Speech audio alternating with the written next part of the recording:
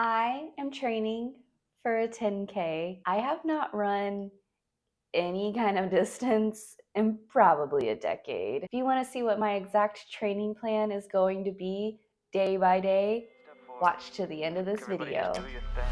Wake up, today's gonna be a good day. Wake up, today's gonna be a good day. Wake The up. 10K is in 7 weeks. I have gone on about 3 runs so far. Pleasantly surprised at how not horrible I was. Still, the most I have run so far is 2 miles, and a 10K is, I believe, 6.2 miles. So I definitely have my work cut out for me. Not only am I a beginner runner that has to run 6.2 miles in 7 weeks, I have to balance this training with training for other things in my life. I have other fitness goals that I'm trying to achieve.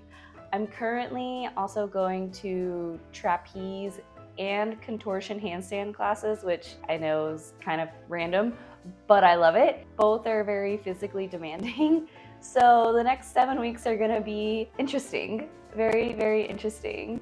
And because I just am who I am, I have also decided to turn this into a little cut, like a little 7-week cut. I'm going to significantly increase the amount of calories that I'm burning per day. I'm not gonna say it's easy, but it will be easy for me to be able to be in a calorie deficit during this time. So I am going to be tracking my food. I do track macros, but not, I guess, in the typical way. I only track calories, protein, and fiber. This approach has been very successful for me in the past. There's like a couple reasons I do it. I find trying to get the numbers exact for specifically like carbs and fat is really difficult and can be overwhelming. Especially, I have a lot going on in life, so if I can take one thing off my plate, that's just helpful. Also, I have found, especially being a female, different times of my cycle, I am craving / my body needs more carbs and or fats, just depending on where I'm at. I don't like to restrict myself based on those. Like I said, I've been very successful with this in the past.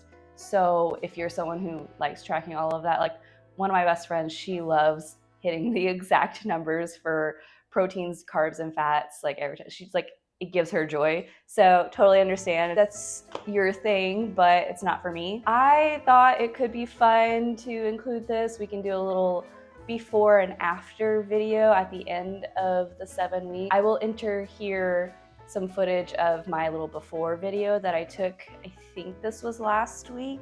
So I guess it'll be 8 weeks from the footage that I'm showing now. Yeah, I am very excited.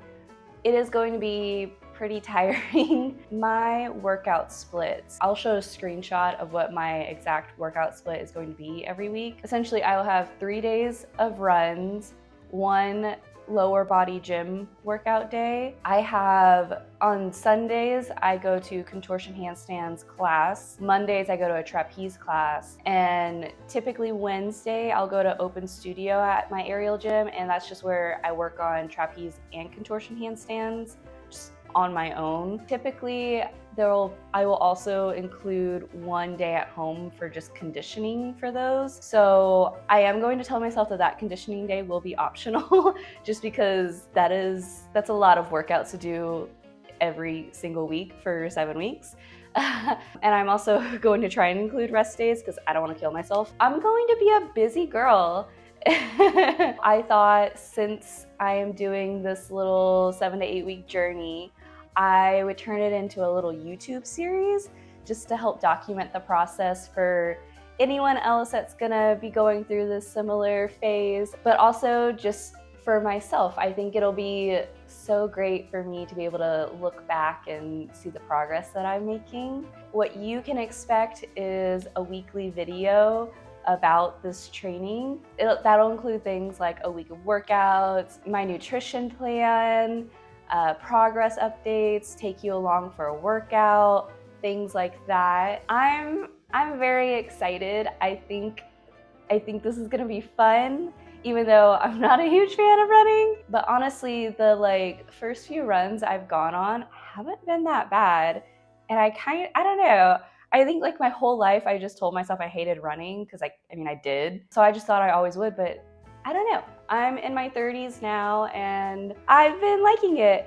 My very first run I thought was gonna be just horrible, but I was very pleasantly surprised that I walked to a trail and then ran a mile and then just walked back. I tracked it, so I knew what timing I had. I wasn't trying to aim for any pace or anything. I just wanted to get a first run in. Yeah, I was pleasantly surprised at how not horrible I was. So for my running training, I'm using the app called Runna, R-U-N-N-A. It gives me more specific running workouts as opposed to just, honestly, if I was doing this myself, I would just keep running outside until I hit the distance that I'm supposed to, which I'm sure would be fine. I'm not doing this for any specific reason.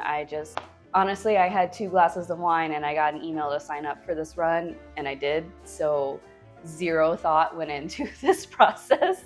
I'm just doing this for fun, and I'm doing this to finish the race, not to win the race. I did figure using the app would be a little bit better, and I can do a whole video on the app if that would be helpful, if anyone's interested in using it.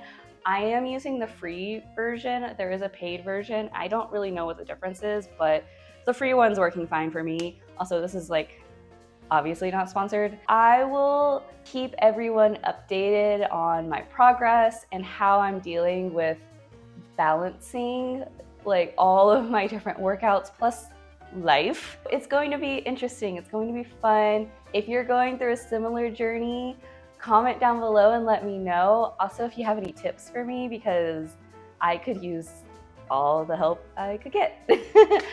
I'm excited to have you come along with me on this journey. That is all for today. I will see you later this week, my friends, and I hope you have the best day. Bye. Everybody just do your thing. Wake up, today's gonna be a good day. Wake up, today's gonna be a good day. Wake up, today's gonna be a good day.